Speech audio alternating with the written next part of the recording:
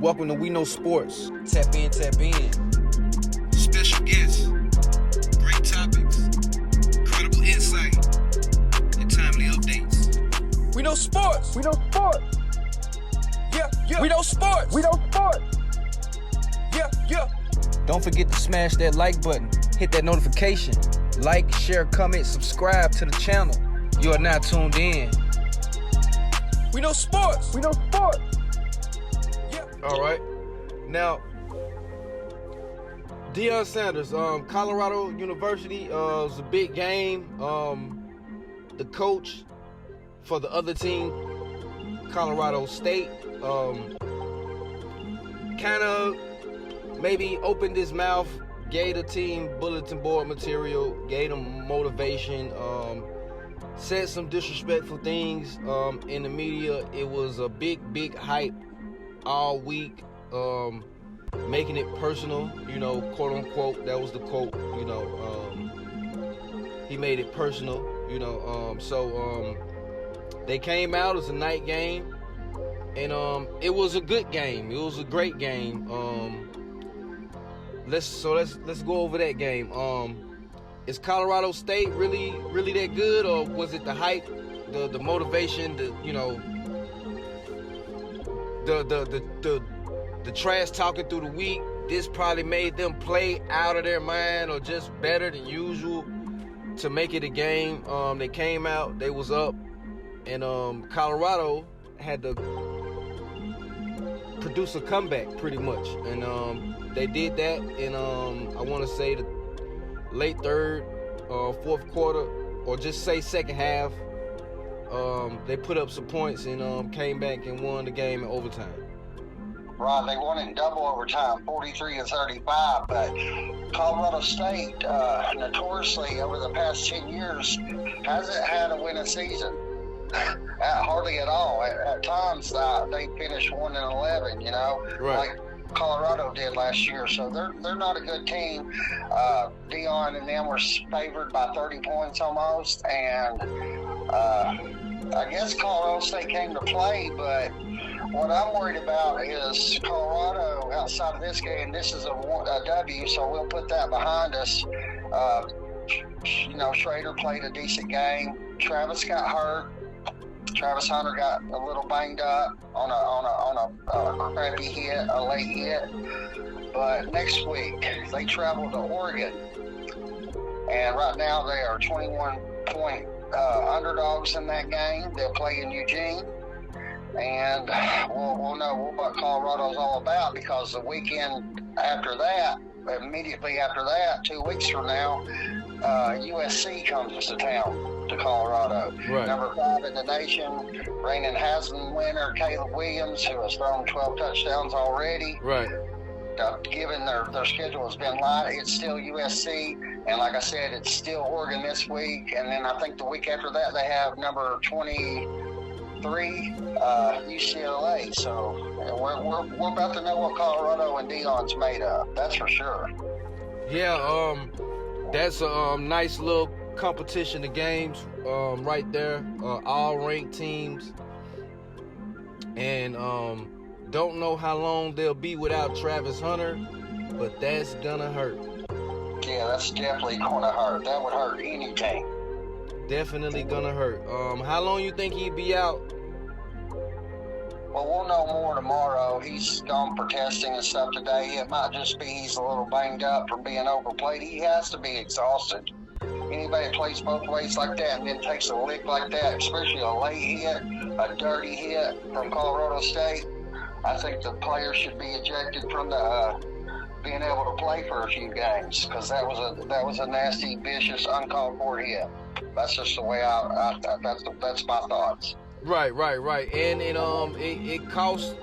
it's gonna cost Colorado some games. Let's just say they can compete in these ranked teams that's coming up. Without that dog, Travis Hunter, that's gonna hurt.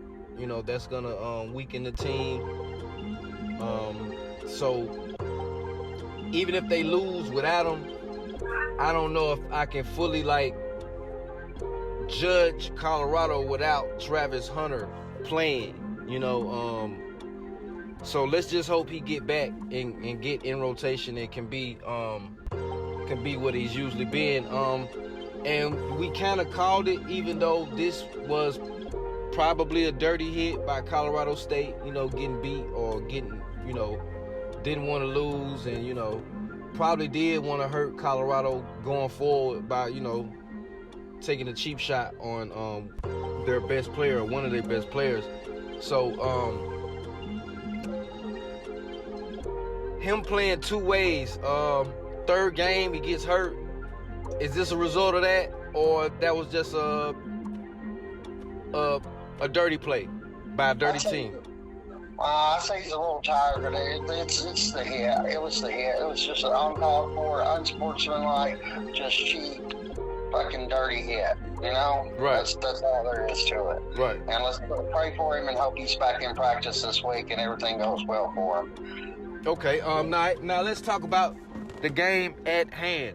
Halftime, they were down by I want to say 21. Somewhere in there, they come back. Schroeder Sanders, he just lights it up. He got a quick release. He get the ball out fast. He didn't have Travis Hunter, so he didn't have that blanket or that dog out there. So I'm pretty sure the defense locked in just a little bit more without him on the field. But he still produced. Tell me about Schroeder Sanders.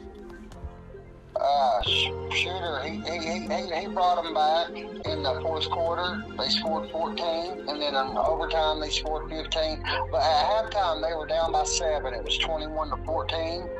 Their first touchdown was by his baby brother, Shiloh. He did an 80-yard interception return, which I thought was pretty phenomenal. He plays a lot like his buddy does on the back end. And I think overall it was a decent game. They should have blown them out by paper, but, coming out 43-35, it's a win's a win. So move on to next week. Right. And we'll see what they do next week. So, the Big Ten, Michigan, and Ohio State, what are they looking like to you? They look good. Michigan, they rolled to a 25-point victory. It was against a Division II school, but they're Division I Central Michigan, but not Central Michigan, but I can't think of it right offhand. And Ohio State, they played Western Kentucky. They rolled 63-10. Ohio State looks good. Number 6 team in the nation. And other than that, the Big Ten looks okay. I still think Penn State's going to come out on top on that division. Oh, really? Penn State is going to be number 1 ahead of Ohio State and Michigan. Yeah, I definitely think they got Ohio State's number this year because Ohio State just don't look like the team. They look good this week because it was against a cupcake team, which we've all played cupcakes. And come week 4, week 5, week 6, we'll know a lot more because that's when everybody starts playing, their full-time in-conference schedule, and everything's going to play out from there. I'm looking forward to it. Right. It seemed like it's going to be kind of like a head-to-head dogfight in a few conferences, Pac-12, Big Ten, and Big 12, you got Texas, who moved up to number 3.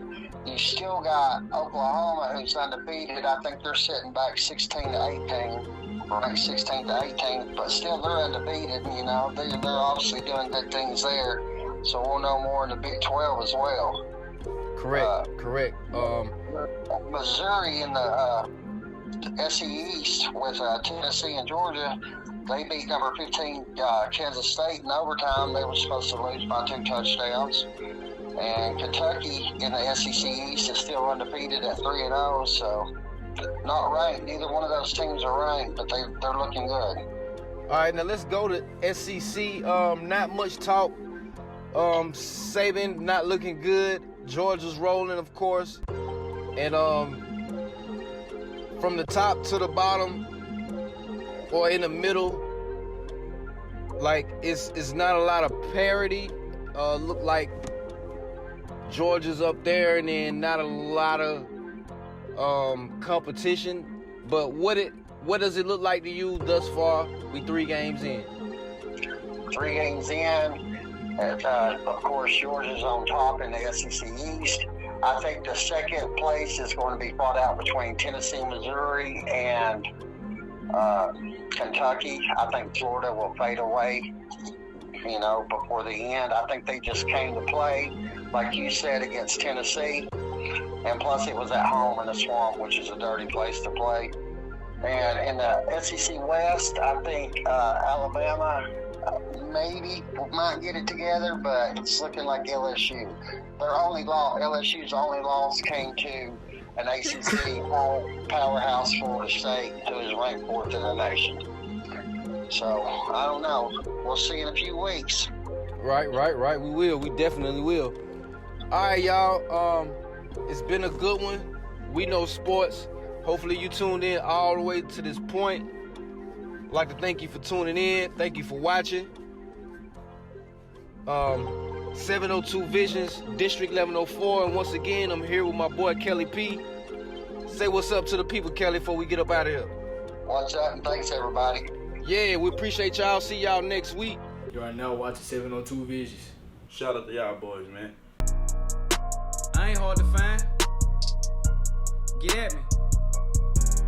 702 Visions, District 1104.